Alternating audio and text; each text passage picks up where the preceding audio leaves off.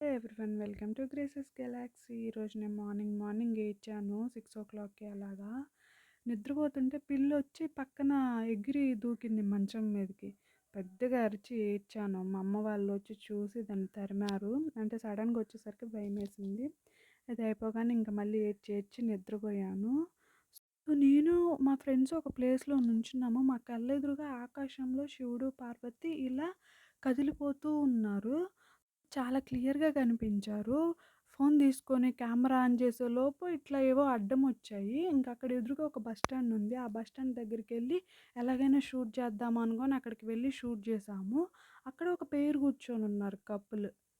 చూస్తే నాకు తెలిసిన వాళ్ళే. అందుకే వస్తా వస్తా కాలు తొక్కిచ్చాను. ఇదంతా నాకు డ్రీమ్ అనమాట. మార్నింగ్ వచ్చింది. శివుడు, పార్వతి కల్లో కనిపిస్తే ఇది దేనికి సంకేతమో మీకు గాని తెలిస్తే కింద కామెంట్ చేయండి. Thank you for watching. Bye.